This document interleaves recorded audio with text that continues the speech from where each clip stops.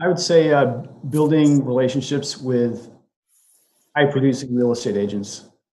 Okay, talk to me a little bit more about that. Uh, I think it's a mindset thing where,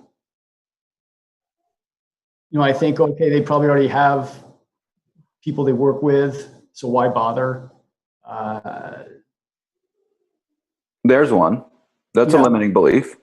yeah. Do you hear that in there for you guys in the ABRA methods that we're talking about over and over? Do you see like John's probably pretty, Philip's probably pretty good at saying, okay, how much do you want your business? What do you want how much business a month do you want? 5 million. 5 million a month. So 60, you want to be a $60 million a year producer. Yep. And then the belief structure around that is where we're kind of stuck, which is there's a limiting belief for almost every human so far, at least that I've coached, has a limiting belief in there. So that you just heard, what are some of those limiting beliefs that you have around that?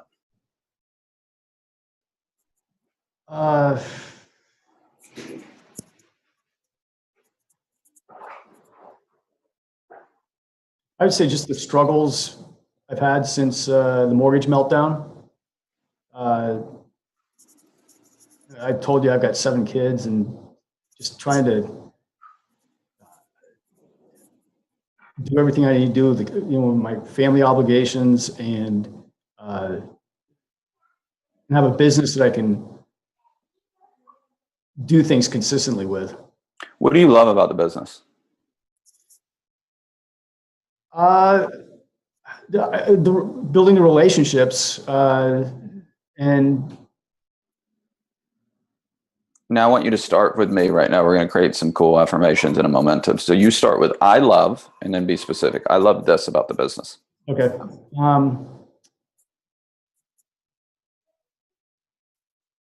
I love doing business with people that I become friends with from that business. Okay, keep going. What else do you love? Stay right in that momentum.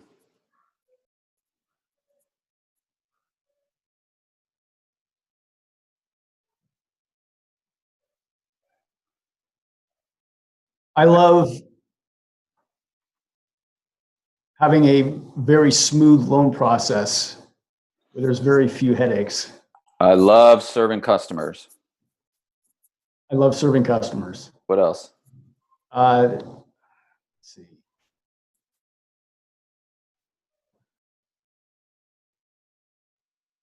I love the reward at the end of closing a loan. I love the feeling of a job well done. I love the feeling of a job well done. Yeah, keep going. Let's see.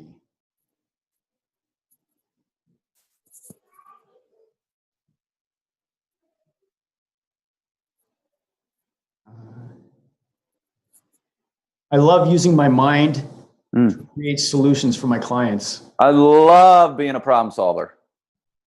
I love being a problem solver. I'd say it really, like, now go back and now start creating some momentum right there. Keep going now. Even a little bit more generally. I love serving people. I love the freedom this business gives me.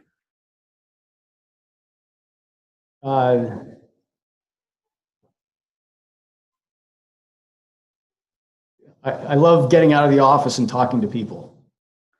Cool. Keep going. Let's see. I love supporting my family. I definitely love supporting my family. Yeah. I love the income potential in this job. I definitely love the income potential of this job.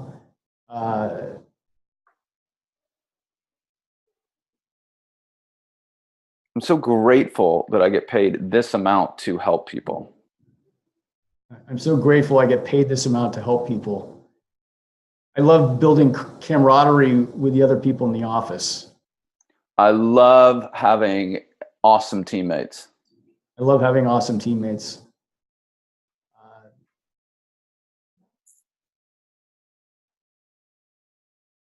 I love being known in the community as someone they can go to get their problem solved. There's nothing better than being a trusted advisor to my community. There's nothing better than being a trusted advisor in my community. Yeah. So this is what I want you to do, Philip, is on that Think Up app, we record these and just ask Hillary for this recording and do all those affirmations that you just did, put them in the Think Up app, put it to music and listen to those. Literally don't put anything else in your head. Okay. Those are the thoughts that we need going through your head, because what's going through your head are thoughts of scarcity and limitations, right? How you started. So you're thinking about, ready for this, guys, and this, you just saw it. You're thinking about an outcome that you don't want to happen. So you had a lot of fears and anxiety in there. Okay. All this, the only thing that's separating you from success is you having better quality thoughts. That's it. And once you get that kind of momentum and you stay out there, then you can attract that into your life. Does that make sense? Yep. So please, as a favor from me, make sure that you do this action item right there. Okay. The app is called Think Up. Think Up. Yep. And get this from Hillary. And put those affirmations in there. You can put your own affirmations, put those in there. Just have it play it over and over, different kinds of music. They have all different kinds of music to it. You just keep playing that. Stay in that zone and the business will start coming to you, because we have the right consistent action. Just do what we say Monday through Thursday. It's been proven over and over and over again. I did it to 111 million, so I know it worked. So, and then we'll catch you if we have any issues with the allowing. But I appreciate you being a great example of the B, because a lot of people struggle with the B part of this system, the belief part. So thank you.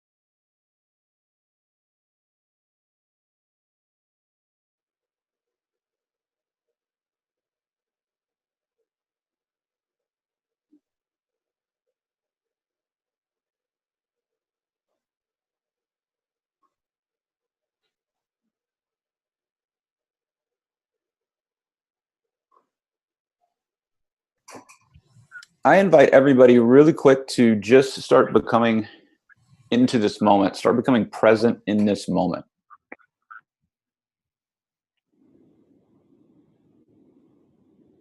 One of the best ways to become present in this moment is just become aware that you're breathing.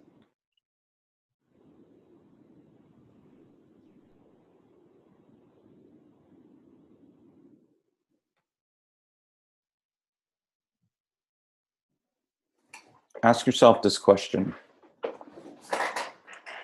How does it feel to be you right now? Not from a judgmental place, just totally from a present place.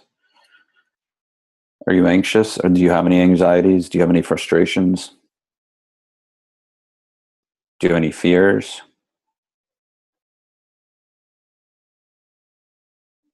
Do you have any critical thoughts or judgments? If so, don't judge yourself. Just become aware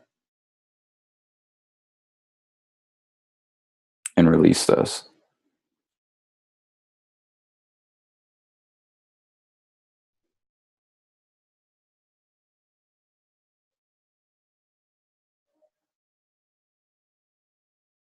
Now have an agreement with yourself. How much time can you allocate to this call, being present in this call, both when it's your turn to go and then when other people are going? How much time do you really have? 10 minutes works. An hour works. I have an hour. So I can be completely present in this call for an hour. What do you have? What do you have to be completely present with? And if you can, just put that in the chat box for me right now. This is an agreement between you and you, though. This isn't between me and you. Okay. What we're going to do is we're going to do a little mini hot seat like we did the live event. The question we're going to ask you is if you can take yourself outside of your business right now and look down at your business. So instead of anything on a loan level or, you know, a frustration or an anxiety that you have going on right now in your business, if you can think of yourself as a consultant to your business, what's the greatest challenge that you have right now in your business? But look at it from a different perspective. Look down at it. What do you think? Look at it like how a doctor looks at you. To become curious. It's curiosity. What is the biggest challenge that I have right now in my business? I'm going to look for volunteers in the beginning. So if anybody knows right now off the top of their head and they feel comfortable going, I'm going to ask is you just volunteer in the chat box. If you can put in the chat box.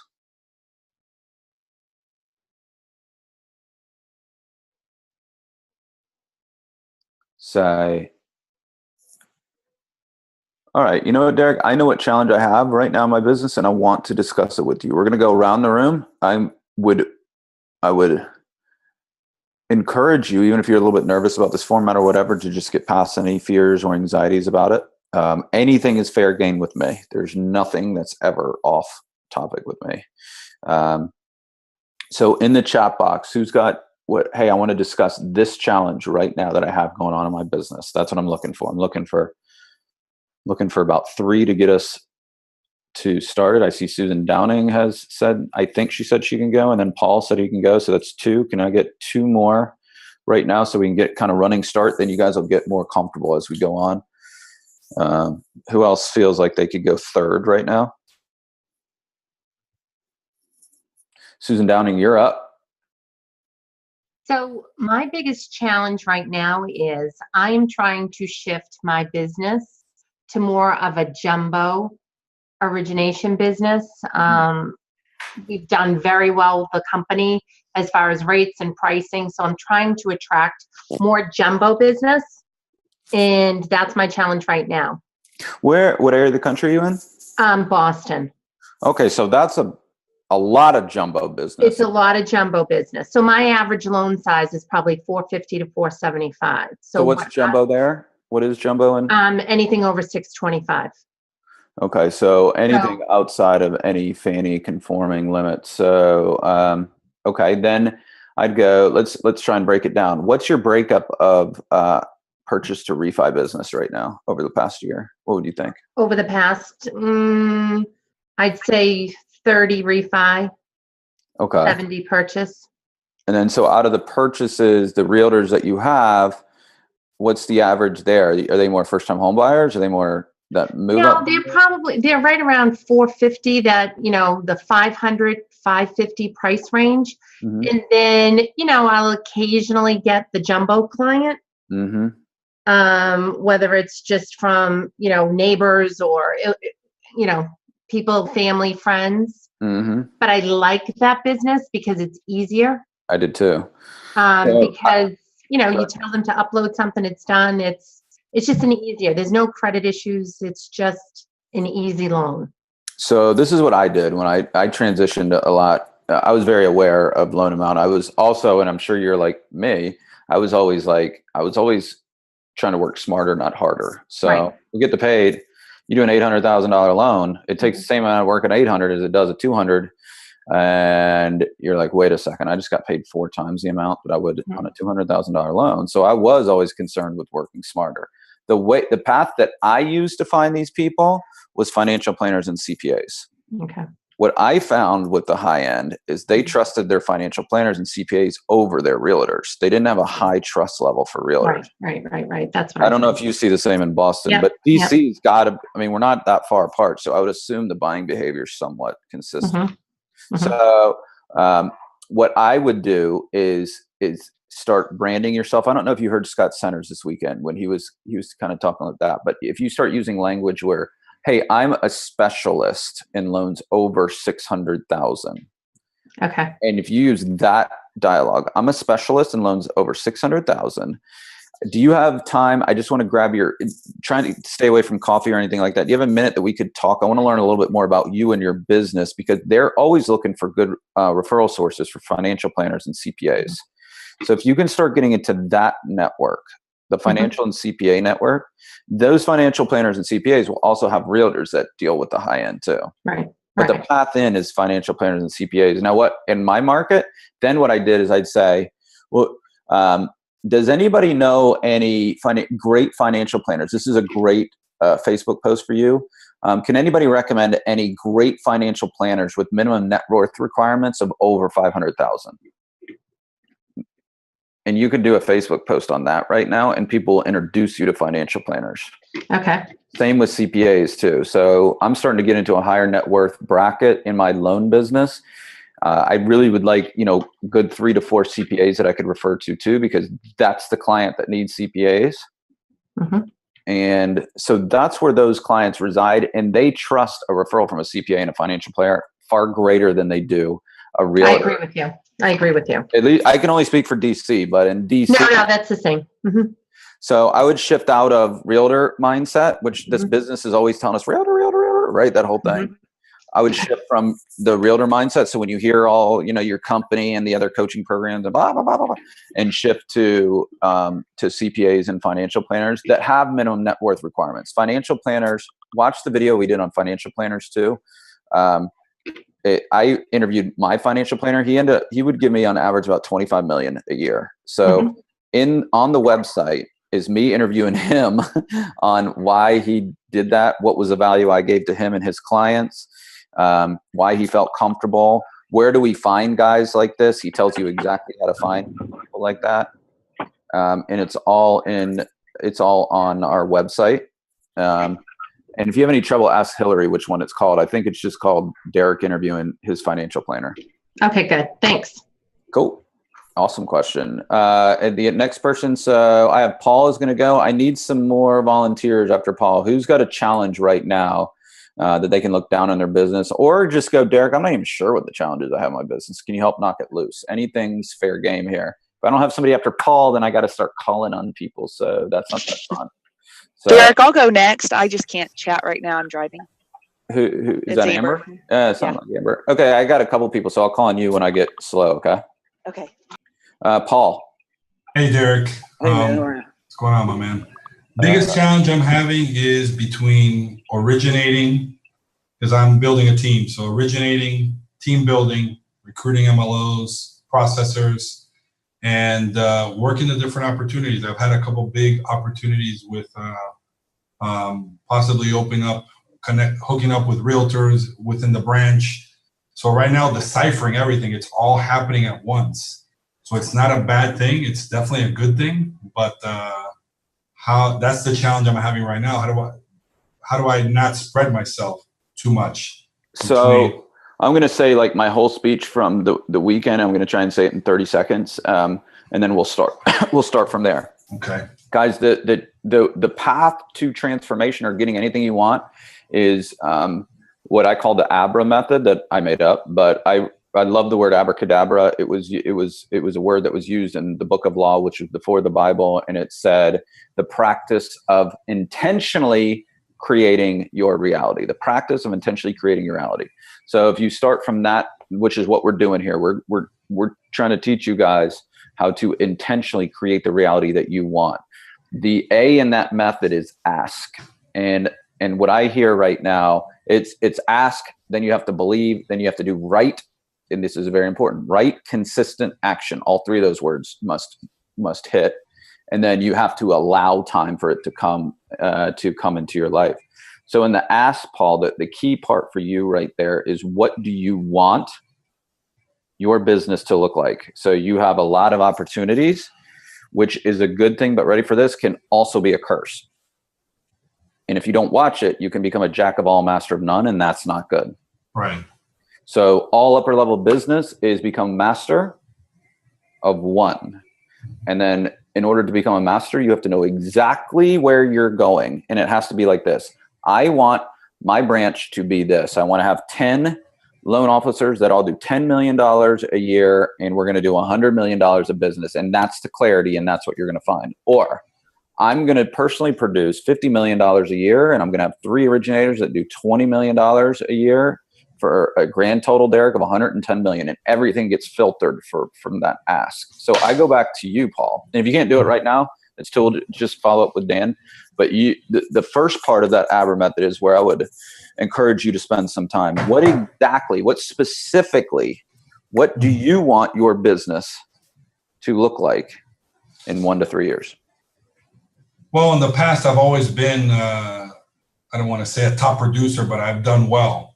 So in my role now, I've taken more of a leadership coaching role, which it's come naturally to me. But what's happened is it's taken away from my originating, correct? So for me, it's finding a balance between, I could go work for somebody or be on my own and do well. But if I'm building a team, how do I maximize how I help people to get to the next level, recruit the right people while continuing to build my business? So again, I would get you to step back from that, right, and say describe to me in detail, how do you want your business to look like in a year? Okay, in 1 year, Deryck, I want to be personally doing between 12 and 20 units per month.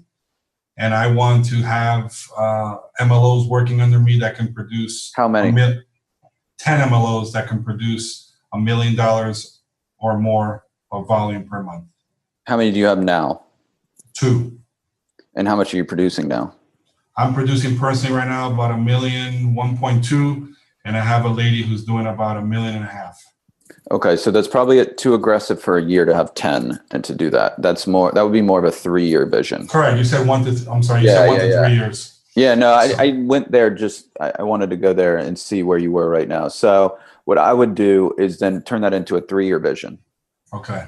Turn that into a 3-year vision. And then you just have to answer the question after that. Do you believe that you can do that? Do you believe you can have 10 LOs that do $10 million a year, and you can do how much volume? 2 to 3 million a month? Yeah, I know I can do that. I've done that before. So it's just duplicating what I've done before. Okay. My issue is more, can I help 10 people reach $1 million or more per month? That's the challenge that I'm reaching, because that would entail having people work along my side to help those people. I won't be able to do it by myself. So obviously I'll have to create systems to do that. Yes. So let's start now. Like, would it be better for you just to start getting your production ramped up to $2 to $3 million a month? Is that 100%? Yeah, that's so. Let's focus on that first. Mm-hmm. So first step is get your production to where your cash flow in the business, very comfortably. Right. And that's it. Is that cool? Totally. Okay. So let's just do that. And once you start getting that there, then I think the next question comes into play where then you say, hey, Deryck, I'm at $2 to $3 million a month. I want to now add another 8 to 9 LOs. Right. How would I best do that? Is a very great question at that time, not now. Does that make sense? It makes sense. I mean, I just had one of those meetings yesterday that could be a life changer where I met with a guy who has, 6 locations, 550 agents, and potentially I can get the business. So all of a sudden things are just, snowballing. That's where my challenge is, because that could potentially change, my life and how we do business. So I would invite you to come into the moment though, and not let your thoughts get too far into the future with that. I hear that all the time. Mm-hmm. And instead of that working like, hey, my vision within 3 years is to be at $3 million a month and to have 10 LOs doing 10. And if that's off, then you can rework that. Mm-hmm. And then say, okay, so I have capacity right now to do probably another 8 loans a month. And that's really all I can do until I hire a production partner. Correct. And then so come right into this moment rather than, oh my gosh, I have this opportunity that can transform my life. Then that creates anxiety and fear. And then that's what starts to shut us down. Does that make sense? Yes, it does. So come right here into this and filter everything into your vision and stay right in this moment and come from a place of power that at this moment I can do about 8 loans a month on my own. The next hire will be a production partner that'll get me to about 12. To get to 20, I need to hire a junior LO that can duplicate a lot of what I can do. And that's my current path, and stay right in that. One of the tricks, guys, to success is knowing who you are and the word no to opportunities, because they're going to come up. So really being very, very clear on what you want in your life, and being okay saying no to opportunities as they arrive, because you're only going to get more. We get them all the time. Dude, you should do this. You should do this. You should do this. And I'm like, this is what we're doing. Don't think that fits in with what I'm doing, but I appreciate the offer. Yeah, and I already have a production partner, and we're at maybe 6 to 8 loans. Loans are going to be in the 2 to 250 in my area. And so we're already at 6 to 7, 8 loans. And I think capacity, we could be at 15 until I'm going to need to hire somebody else. Awesome. My loan partner does an awesome job, and I think that's part of the reason why these opportunities are opening up, is because I'm able to go out there a lot more and just instead of asking for business, network, man. Just talk to them, be a friend, as opposed to, hey, send me business. I need your loan. That's a path right there. That's been working for me. Awesome, man. Well, thank you for that share, Robert. No, thank you. Yep. Hey, it's kind of funny. I think Paul kind of touched a little bit of where I am. I think if I was to look down on my own business right now, it's a focus and being, whether it's selfish or being smart with my time. I think you reached out to me. I'm also a head cross country coach in high school, and I'm finding that I need to, when I'm at work and not cross over, and I'm finding how just to focus on what I need to do during the day to get business going, separate from that other part of my life is my challenge right now. So you use the word need in there, and we talked a lot about this weekend. We use the word need. That tells me you have some fear around that. So what's the fear around that you don't trust yourself, or what is it? You mean for the job wise, loan officer wise? Yeah. Yeah, I think I just realized that I'm easily distracted on what I really enjoy doing. I probably enjoy the coaching aspect, and I tend to go to that because it's more comfortable. Yeah. Than doing the things that I probably need to do to make sure I'm generating and getting more business. Why do you need to get more business? Good question. Obviously for my family, my future ability to retire someday. Okay. Comfort. Right. So that has to be greater than any fears or anything that you have about that. So I love that you're honoring, a passion for you. That's really cool. But if you take your foot off the path, when we talk about the Aber method, if you don't do right, consistent action, it will go away. And then it's really hard to get it going again. Right. So getting into the habit of doing a little bit each day as the only path there is the best for you. And then know during the season, hey, you know what? You'll be a little bit, busier. But again, the path when you're busier is just complete one task at a time. So I'm going to do this. I'm going to complete every task until it's complete. And if I don't complete it, I'm going to schedule a time where I'm going to complete it. That will keep a lot of the fear of overwhelm out. So you write in the moment, complete task, write in the moment, complete task, write in the moment, complete task. We get kind of scared of like, oh my God, I'm doing this, or I'm in this season right now. And then that shuts us down and we're not even completing tasks. Right. That's what the human condition is. So I would invite you. There's a really good book. I love this book, man. I think you would like it. It's called The Time Warrior by Steve Chandler. If anybody's experiencing fear of overwhelm, which comes in this business, we just heard it on the last call.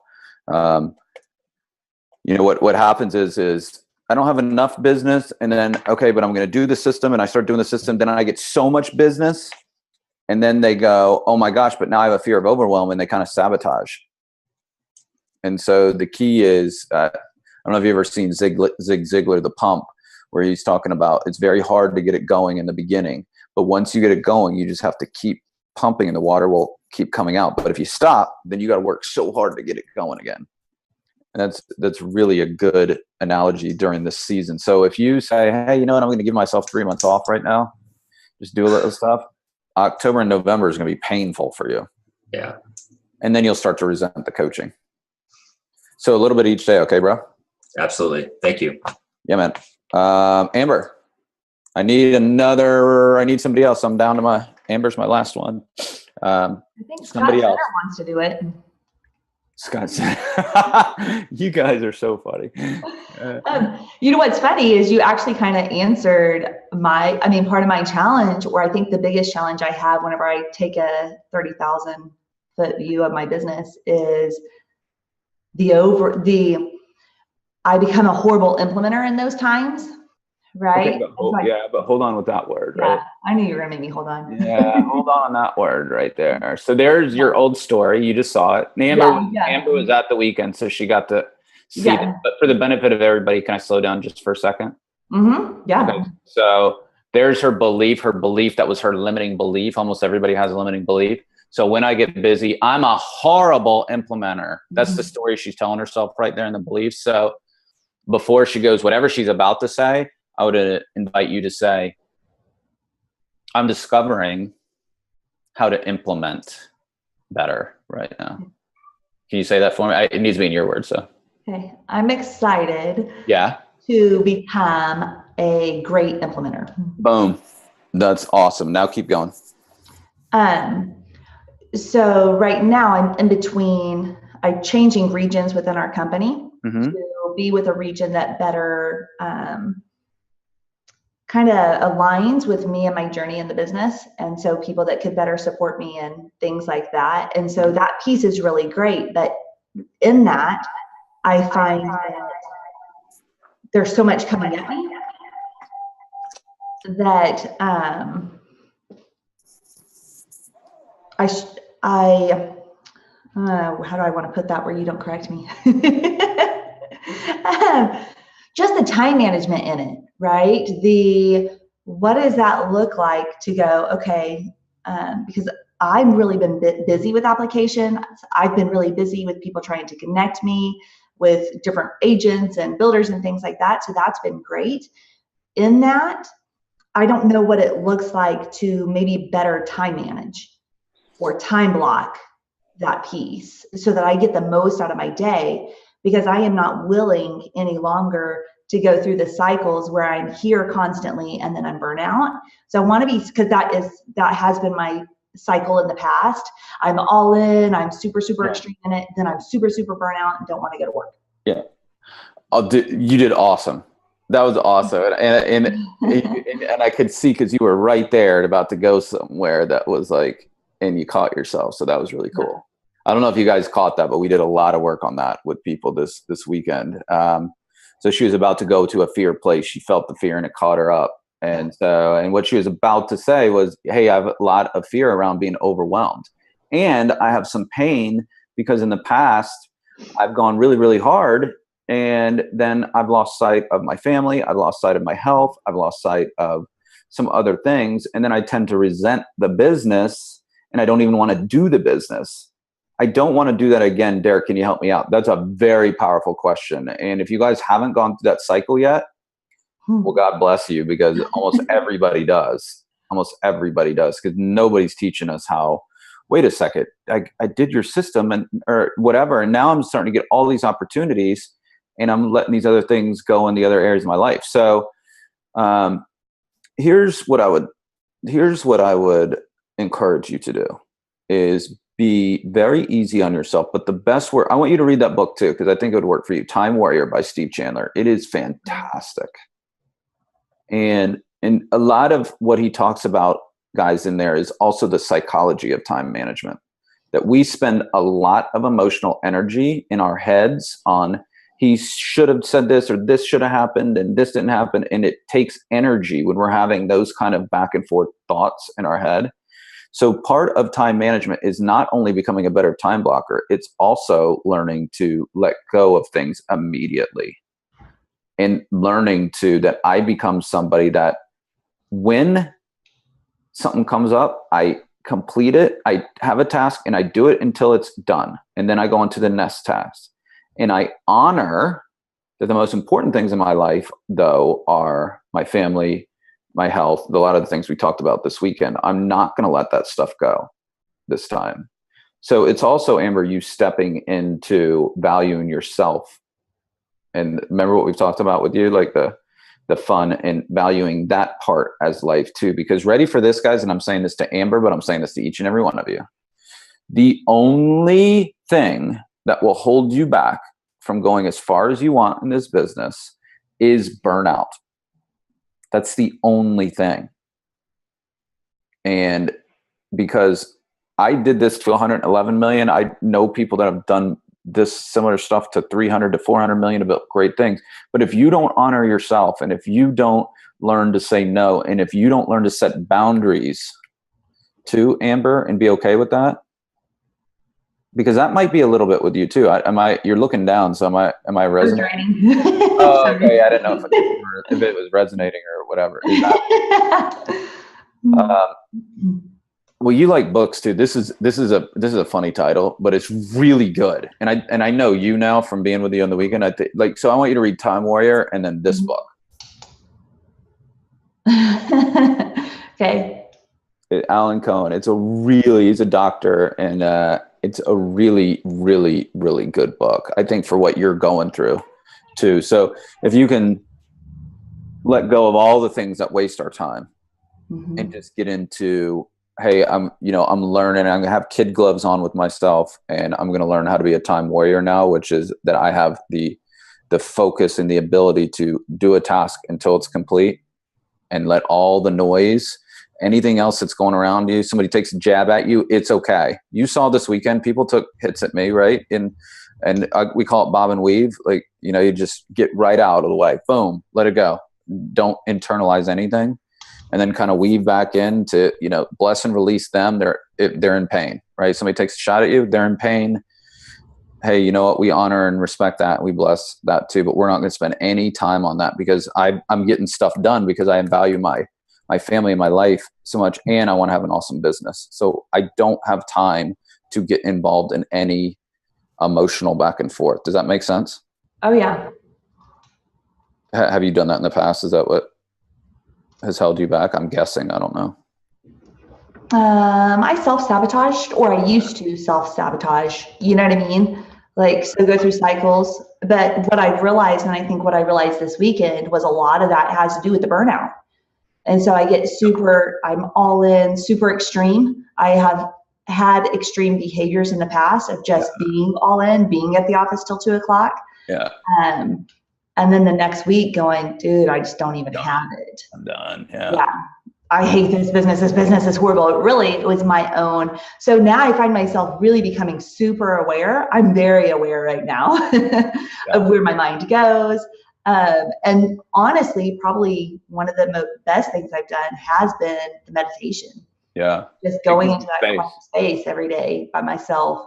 And Monday, after being gone, out of the office Wednesday through the rest of the week last week, I had to leave the office. I found myself going into an intense place and I went, no, I'm not going there.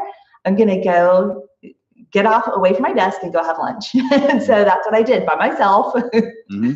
And so I'm aware of it now, which is a huge piece of, I think, a win. Yeah, and I think your friend Scott Center said it really well, and I would encourage you to do this too. I heard a lot of power in his voice when he said, hey, when it's 5 o'clock, I turn it off and I don't go back to it. That's not just a discipline thing from a time management thing, right? Because I can tell all you guys very low level time management stuff is, okay, time block and then do. But if your mind's still going afterwards, you might as well be at work, kid, right? And this goes for everybody. It doesn't help if you can't turn off the business too at 5, which is a mindset issue. It's not a time issue. Does that make sense? Right. And that's why we're always talking about mindset as much as time is working on your mind. So that you can also say, I work from 8 to 5 or whatever you work, and I work at these hours and these hours. And then when I'm off, I shift and I'm okay with that. That'll keep you in the game. So hats off for coming this weekend. Hats off for being so present this weekend. You were incredibly present. That's a gift you give yourself. That's awesome.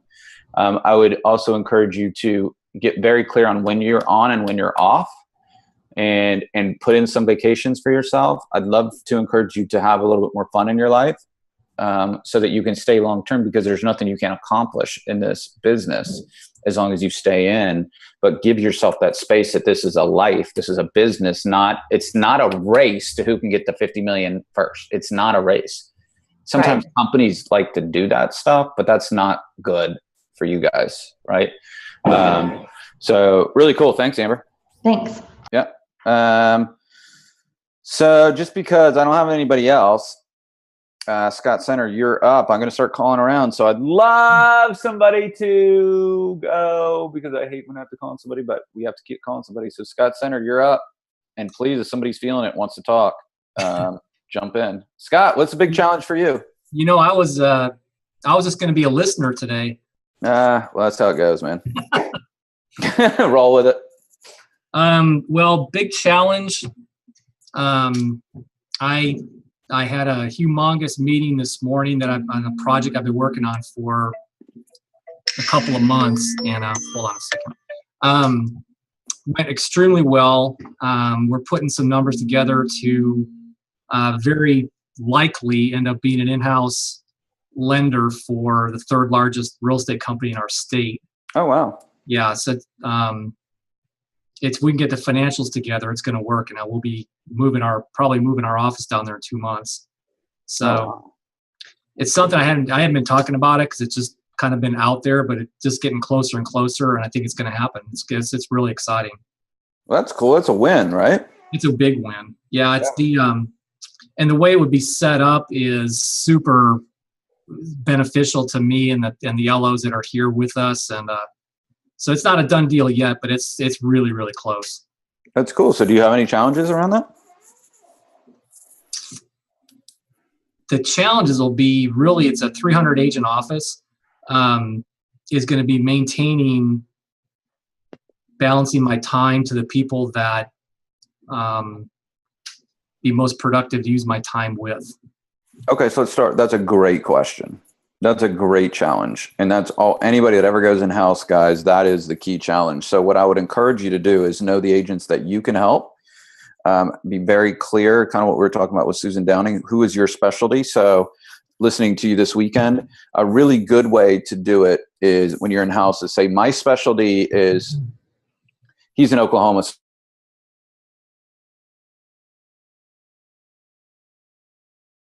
There's challenges, and there's obviously some reservations. My loan partner is very stressed out in this whole thing because she knows that more of it lands on her plate in the interim.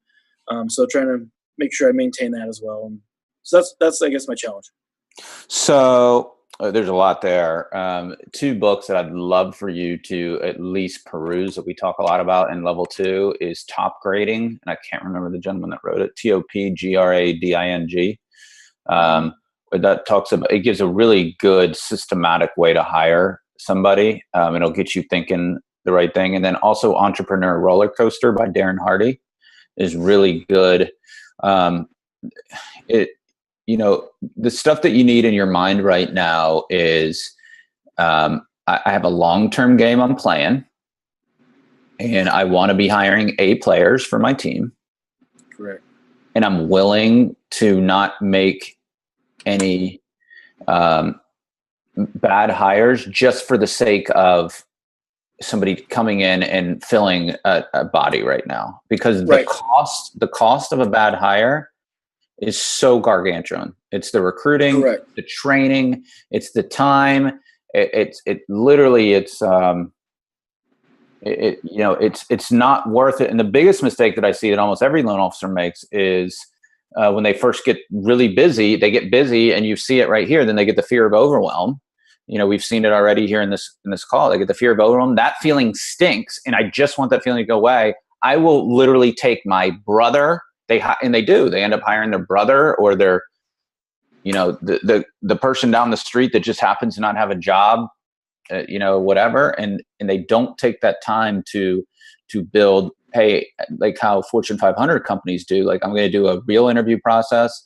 I'm going to attract the real person, and I'm willing at this time to say no. The key for you, Matt, is to be able to articulate your vision. This is what we do here. That they're part of a bigger mission. They're not just a job. That's one of the keys to attracting an A player. This is the mission that we're on, and A players want meaningful work. They don't want to be a cog in your wheel. They want meaningful work. They want to know that what they're doing is helping, is serving people, is helping people. That they're part of a bigger mission. They want to be with other A players too. So that's why it's very important to be hiring A players. So, because if you want to hire A players and you have a bunch of D players on your team, they're going, bro, I'm not going to be on your team. Yep. I really recommend reading those two books right there. And then when you're talking to people, you're articulating your mission. This is what we're doing here. And then you say to them, one of the most powerful things is exactly what we're talking about with Scott, is saying, this is who we are. This is who this is for. And this is who this is not for. Those two things. So this is who this is for, and this is who this is not for. And I would write that down and have that. And that's really one of the most powerful ways to recruit people, is being very clear on who this is not for.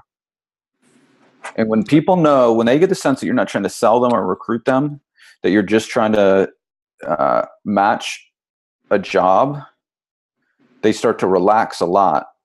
And when you say things like, hey, listen, it's really important to me that I have the right people on our team, that we're an absolute right fit. So let's take the time to make sure that we're a right fit, that you're right for us, and you're a right fit for us. Then they start to relax and they start to go, oh, okay, cool. Yeah. Was that helpful? Very. I was trying to write as fast as you're talking. Okay, cool. Who else is on here that would enjoy having any time? By the way, while you're still searching for that, yeah. So much for August being a slow month, by the way. Oh, good. What? So you're really busy? Yeah. 31 new loan starts so far this month for me. And that's right up there with any of our other biggest months of the year. Awesome. So, but you did a lot of work internally on yourself during that June period. You made some big shifts. You got outside of your own way there.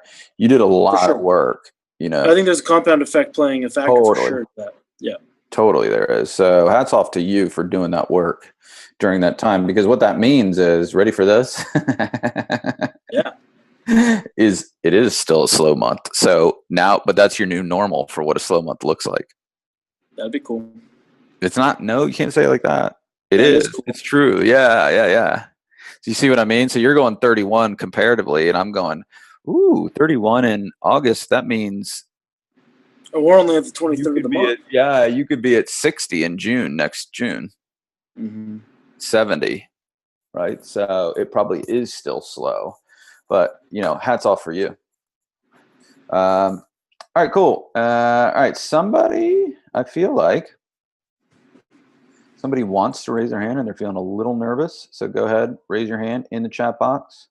Hey, you know what? I want to have a conversation here today. Kind of feel like a Baptist preacher right now. Who wants to come up in the audience? Don't be shy. Yosef, thanks for volunteering. No problem. No problem. How are you, man? Good. How are you? Fantastic. What's going on with you? Staying busy this August. I guess my challenge, just looking back, is just trying to stay out of the weeds. I want to spend at least half my day just marketing versus in my loan files. Feel like just the day gets away and that happens to everybody. Yeah. But you're relatively new in the business. You have to be because you look really young. Yeah, I'm 2 years in. So 2 years in. Okay. Yeah. And then how many loans a month do you have right now? I do like 5 or 6. Okay. So you're starting to and then you have no help? We have 2 in-house processors, but they sort of help other loan officers. They process, right? They're not your production partner. Exactly. They're not disclosing LEs and locking rates for me and whatnot. So I'm kind of one-man team. So 5 to 6 is a really interesting number because instead of working on your mind or something here too, that's actually really normal. When you get to 5 to 6, you start to butt the upper limit of what you can accomplish on your own. All I can tell you is mine. Everybody has a different number here, but what I can tell you from a very general sense is I couldn't do 8 without 8. I couldn't do anything above 8 on my own. And 8 was really busy. So when I was kind of growing and all that, I knew I couldn't get to 10 to 12 without a really solid production partner.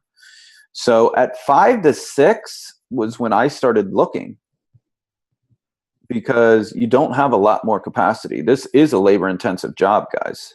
You have to leverage through people too. You can't go, it can't just be like, hey, I'm going to do 25 loans by myself. It can't happen. You don't have enough time in the day. Yeah. So you're not too far to talking to your manager, talking to whoever's at your company, and starting to say, hey, listen, I'm starting to reach my upper threshold. Can we start having a conversation around what does it look like to get an assistant or a production partner, a loan concierge? That's what I used to call mine. You're not too far, man. Are these like full-time people, or are there services out there that will sort of contract out the help? Well, so every company's differently. Sometimes they have some contract out to help type things. I would recommend if you really, you start with what we were talking about here. You start like this. Hey, I'm going to get to 10 to 12 a month. So I need a dedicated person. What does that look like?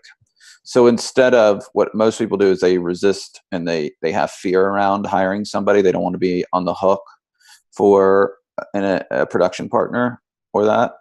What I will tell you is I would say always play from a place of strength, not a place of fear, and say, I'm going to 10 to 12. I need a production partner. And that's the only path there. So how do we make that happen? Got it. So you say that to me and we'll see how far you're along in your power. You say it to me. Like, pretend like I'm your manager. I will be getting the 10 to 12 loans by the end of the year. I need to help. I need more time for myself to, expand past this, and I'll. So let me help you out really quick. We just did this a lot at the live event. Use need out. Need comes from fear, and people pick up on it. So when you use the word need, people know that you're fearful, and that's a very weak word. So I want. Yeah. So I am is one of the most is a very strong way. I am. So start now. I am going to. I'm going to be doing over 10 loans a month by the end of the year. In order to get there, stay away from need. In order to get there, I am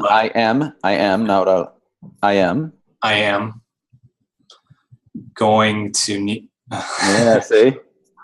Going to Add a production partner.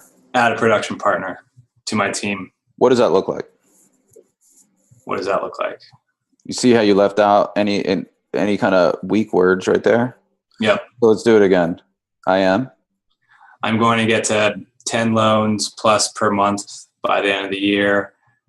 I'm going to add a loan partner to my team in order to help me get there. What does that look like? What does that look like? Practice that even a couple more times. Really, really strong. And don't say it until you really believe it. So, but that's how you have to get to that place in order to get somebody good in that. The need language is they'll pick up on it and then they'll just tell you why you don't need it. And they'll stay on that limiting belief. I need this. No, you don't. There's a guy over here that's doing 12 loans a month by himself.